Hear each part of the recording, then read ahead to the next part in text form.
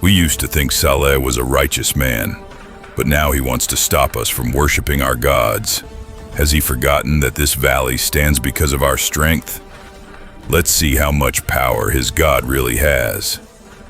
From inside this mountain, let him bring out a living she-camel. Because of this camel, Saleh's honor keeps growing. If we do nothing, people will soon start following him. We must act.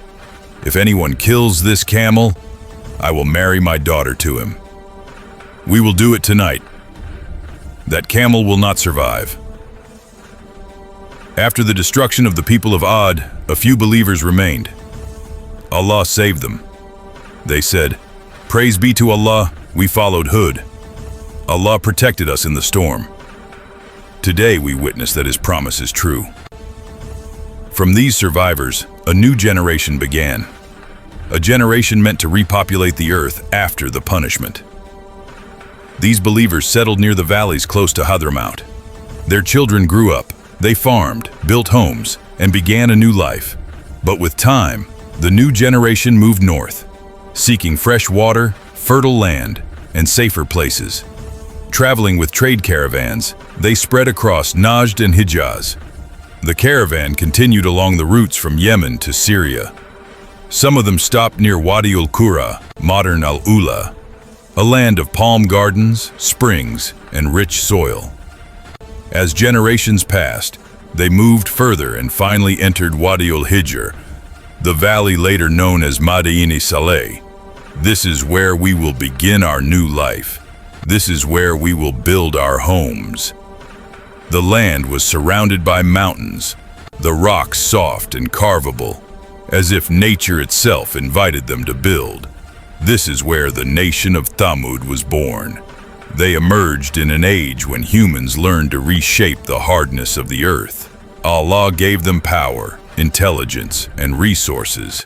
Their cities stood between mighty mountains, every rock carved with human skill.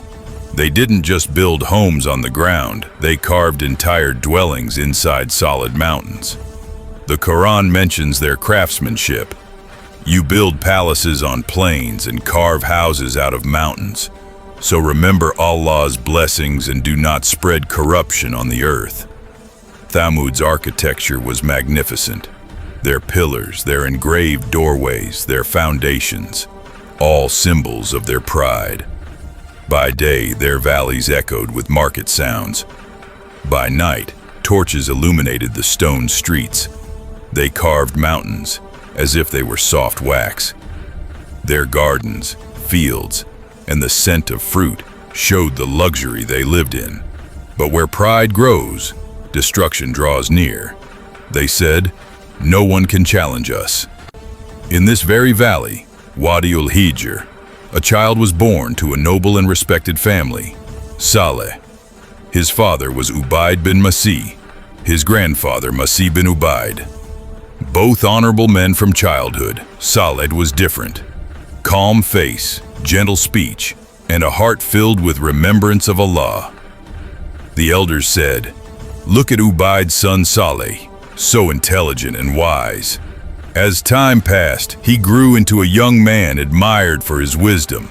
But while the nation drowned in worldly pleasures, the light of faith grew stronger in Saleh's heart. Then, in a moment of divine silence, Allah granted him prophethood. The Quran says, "We sent to Thamud their brother Saleh." Saleh said, "O my people, worship Allah alone. You have no God besides him." He invited them with honesty, kindness, and love, but the leaders mocked him. "We will never believe unless you show us a sign. Bring a living she-camel out of this mountain," Saleh prayed.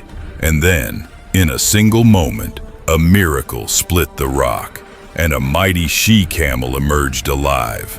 The Quran declares, "This is Allah's she-camel, a clear sign for you." Her milk was so abundant that the whole tribe drank their fill. One day, she drank from the spring. The next day, the people lived on her milk. But pride and jealousy blinded the leaders. They said, "Because of this camel, Saleh's honor increases. Kill her." A wealthy woman said, "Whoever kills the camel, I will marry my daughter to him." A group of young men, Misra bin Mihraj, Kedar bin Salif, and others, agreed to the plot. When the camel walked toward the well, they followed her, shot arrows, wounded her legs, and killed her. Grief and sorrow filled Saleh's heart. He said, "O my people, you have 3 days left. Punishment is coming, and this warning will not prove false." On the first day, their faces turned yellow. On the second, red. On the third, black. Then the sky roared, the earth shook, lightning struck, and a scream descended so powerful it tore the souls from their bodies. The Quran says, "And they fell dead in their homes." Saleh said, "I advised you, but you hate those who wish you well." Saleh and the believers left the valley behind. Today, Ma'dan Saleh still stands as a witness to Allah's wrath against the arrogant.